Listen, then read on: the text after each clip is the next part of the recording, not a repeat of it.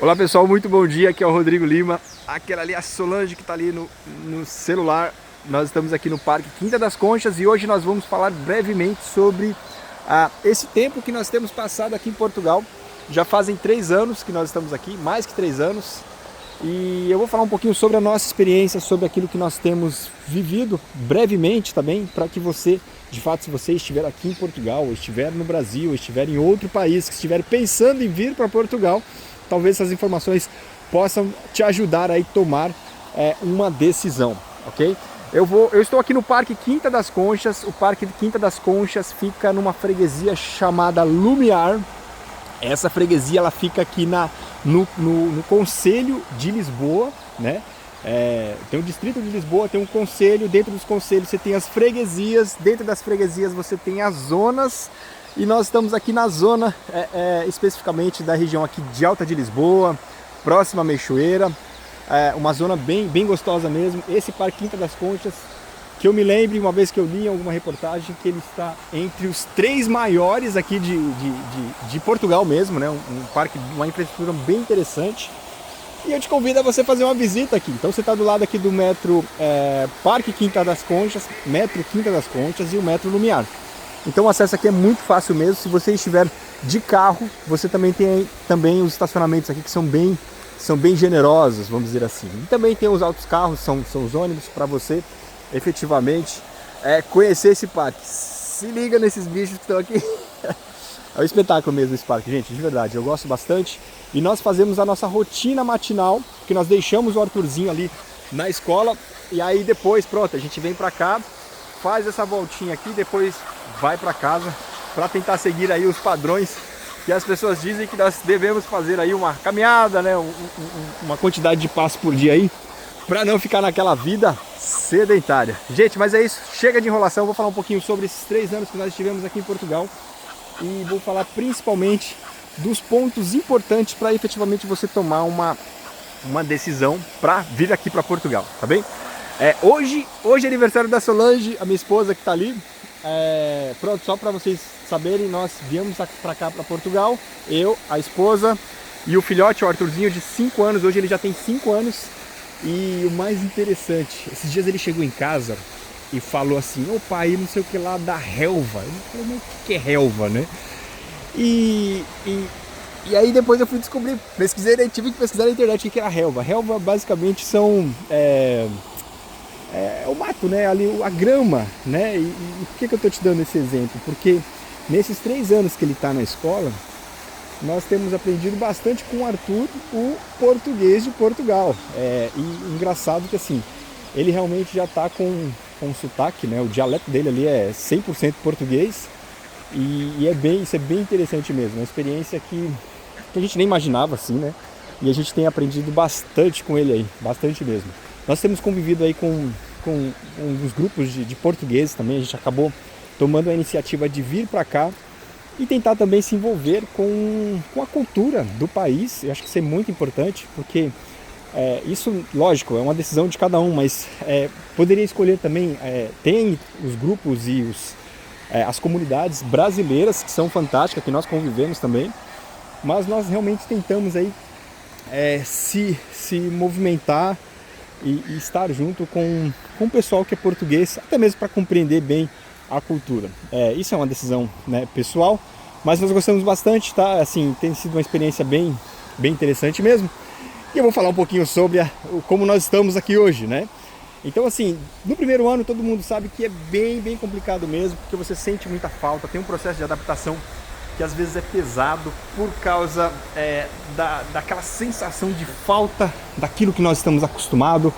Você chega aqui, a gastronomia é diferente, a convivência com as pessoas, o próprio idioma, percebe? Dependendo da zona onde você estiver, se você for para o norte do país, eles falam um pouco diferente, então nem sempre nós percebemos, nós entendemos o que de fato eles dizem, percebe? Às vezes no trabalho, e isso pode ter um impacto muito grande, entende? Então assim, você tem um processo de adaptação, um processo de conhecimento, não só da linguística ali, né, da forma de falar, mas você tem também a questão da cultura, entende? Então assim, querendo ou não, isso tem um impacto muito grande aí na vida, percebe? Então assim, é um processo que você tem que passar por isso.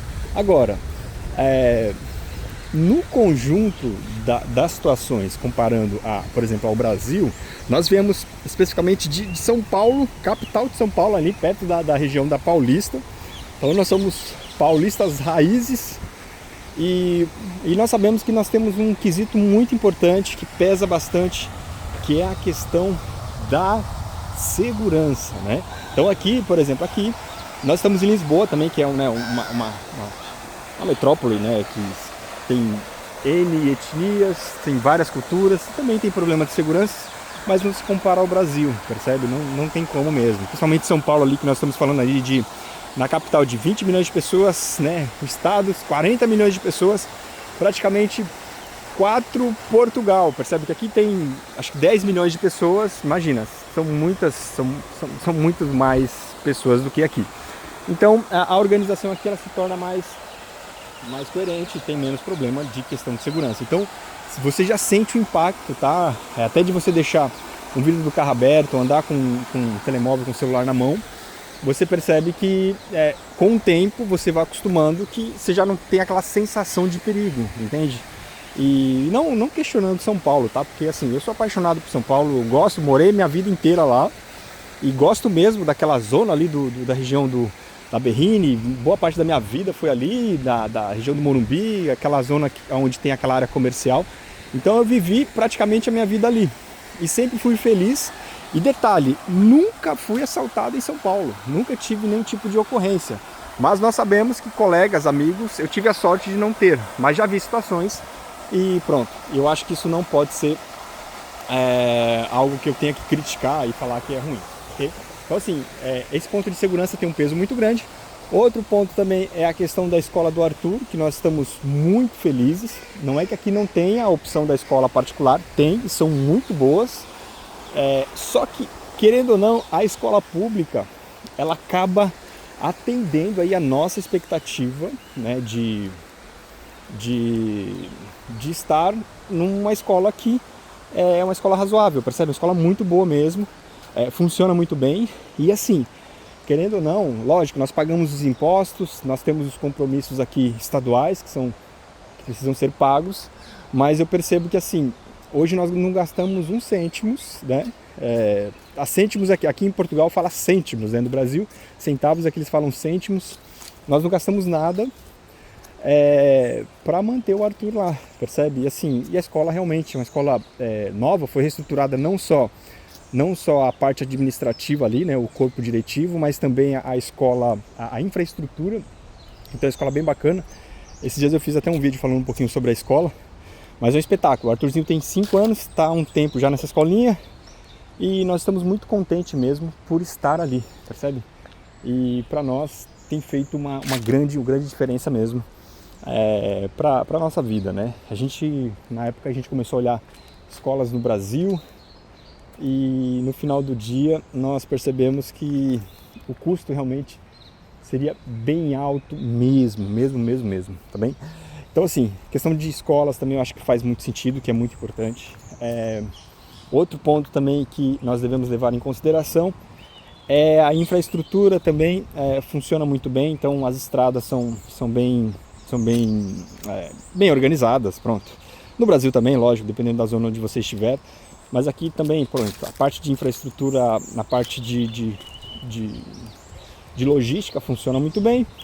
A parte que isso eu estou te falando de experiência própria, tá? Então, por exemplo, a parte burocrática ela é um pouco onerosa. Então, se você for fazendo um contrato de qualquer coisa, de compra de imóvel ou um arrendamento, né? Ou, enfim, qualquer processo que você tenha que tomar aqui em Portugal, realmente o processo é muito oneroso. Agora, um negócio que eu acho muito legal mesmo aqui é que assim, mesmo que o processo seja um pouco mais lento, né?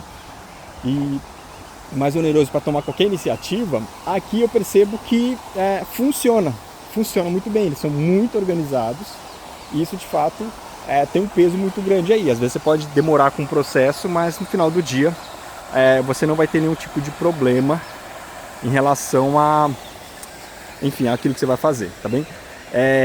Pronto, agora sim, a Solange, pronto, tem 3 anos que nós estamos aqui, nós não voltamos pro Brasil ainda, você acredita? Isso começa a ter um peso muito grande, tá? E para voltar, para passear, por exemplo, né, passar 1 mês, 2 meses, não é barato, porque imagina, nós estamos em 3 pessoas, então você tem um custo da passagem, custo de, enfim, da hospedagem, enfim, ou mesmo que você fique na casa de alguém, mas você tem um trabalho, você tem que deixar de trabalhar aqui para efetivamente estar lá, então não é fácil essa logística, são 10 horas de viagem, e aí, no final do dia você tem que se organizar muito financeiramente para conseguir fazer uma viagem aí pelo menos uma vez por ano. E nós estamos 3 anos aqui, nós não voltamos no Brasil ainda. Então essa distância com o pessoal é muito ruim mesmo, sabe? Você sente muita falta mesmo. Principalmente as mulheres, as crianças, pronto. O homem às vezes suporta um pouquinho mais, claro, é normal. Mas para a mulher não, é importante pensar nisso também. Que você tem uma decisão a ser tomada que não é fácil. Questão do frio. Vamos falar um pouquinho do frio. É assim, agora nós estamos numa época... Tá começando aqui o inverno, já tá no inverno, né? É frio? É, mas imagina, agora são 10 horas da manhã e nós estamos aqui no parque e aparentemente tá um frio, mas não tá aquele frio tão pesado, por exemplo, como um frio, sei lá, de Dublin, da Irlanda, sabe? Aquele frio realmente que é carregado. Não, aqui você tem um verão quentíssimo, que é fantástico, tem as praias, né, que são próximas daqui. Então você gasta, sei lá, 20 minutos você tá numa praia, você faz um bate-volta e... Enfim, pronto.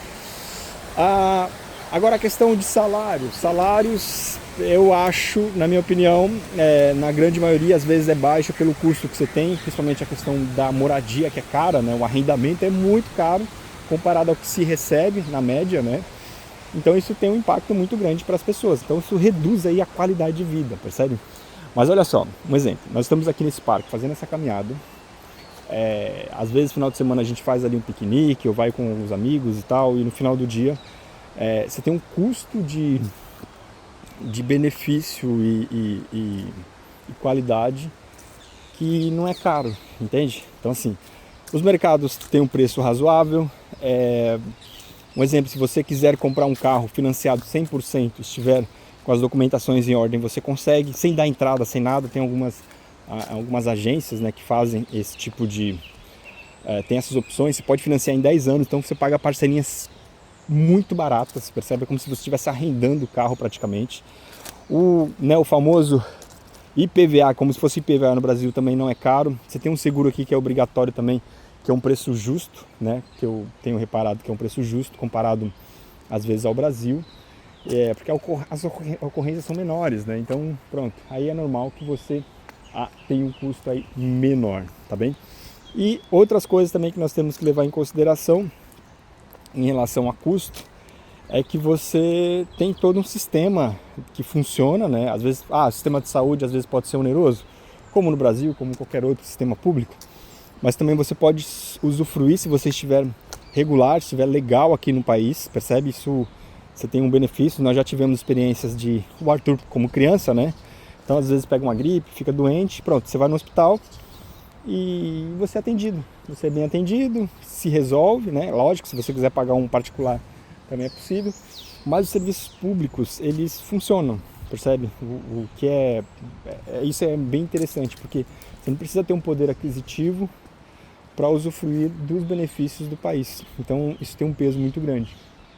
Agora, outro ponto também que eu acho importante, então resumindo, tá? Essa parte eu acho que tem sim benefícios, tá? De acordo com o que você paga dos impostos, que os impostos não são baratos, mas eu vejo benefícios, tá? Em tudo que a gente está pagando, porque pronto, todo mês você paga lá, né, a Segurança Social, o imposto de renda, como no Brasil, é semelhante ao Brasil, não tem nada que muda, tá? Então, lógico, tem algumas regras, mas no final do dia são boas. Pronto. Aí, outra coisa que eu queria falar é o que as pessoas falam muitas vezes da questão da xenofobia, que as pessoas, às vezes, por chegarem aqui, por ser brasileiros ou de qualquer outros países, alguns portugueses não querem, não aceitam, e às vezes a gente vê algumas reportagens, algumas matérias, e às vezes tem, é normal, até no Brasil, né, ao contrário também teria por algumas pessoas são muito patriarca ali e não querem e às vezes tem algumas coisas, por exemplo, eu já vi algumas reportagens, né? Um rapaz, imagina, um brasileiro foi num bar, Aí bebeu, fez uma bagunça, aí tinha lá um português, e aí bêbados, e aí um comenta um com o outro, e o outro fala, mas por que você não volta pro seu país? Aí o outro olha para, nossa, isso é uma xenofobia, percebe? E aí, às vezes, aquela situação, no calor do momento, houve uma palavra maldita naquele...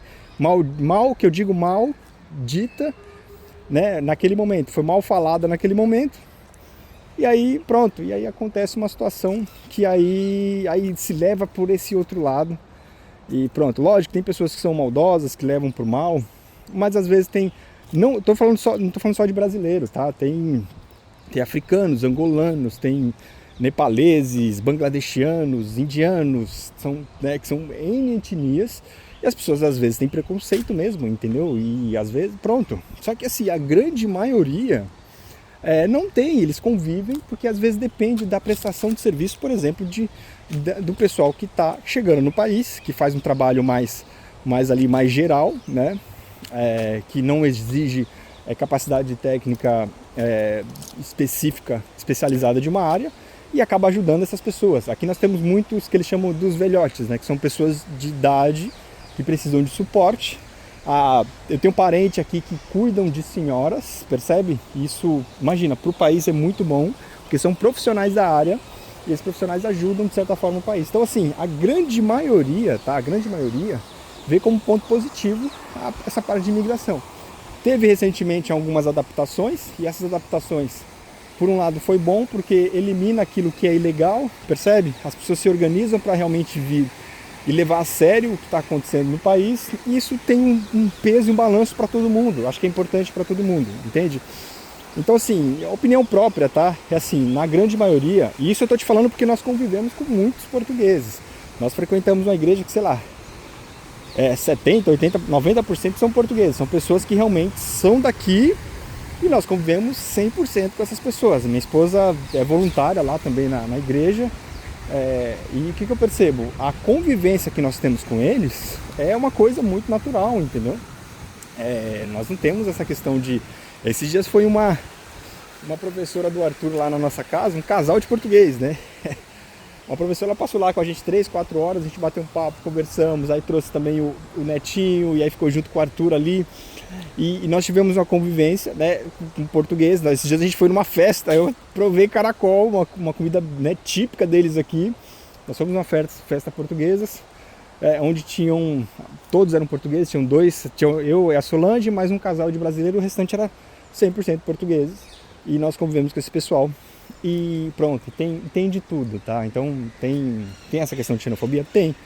Mas na prática, no dia a dia, dificilmente a gente encontra situações assim. É claro, tem pessoas que aceitam a convivência, mas assim, não se deve tomar qualquer tipo de iniciativa ou decisão por causa disso, tá bem? Pessoal, o vídeo tá meio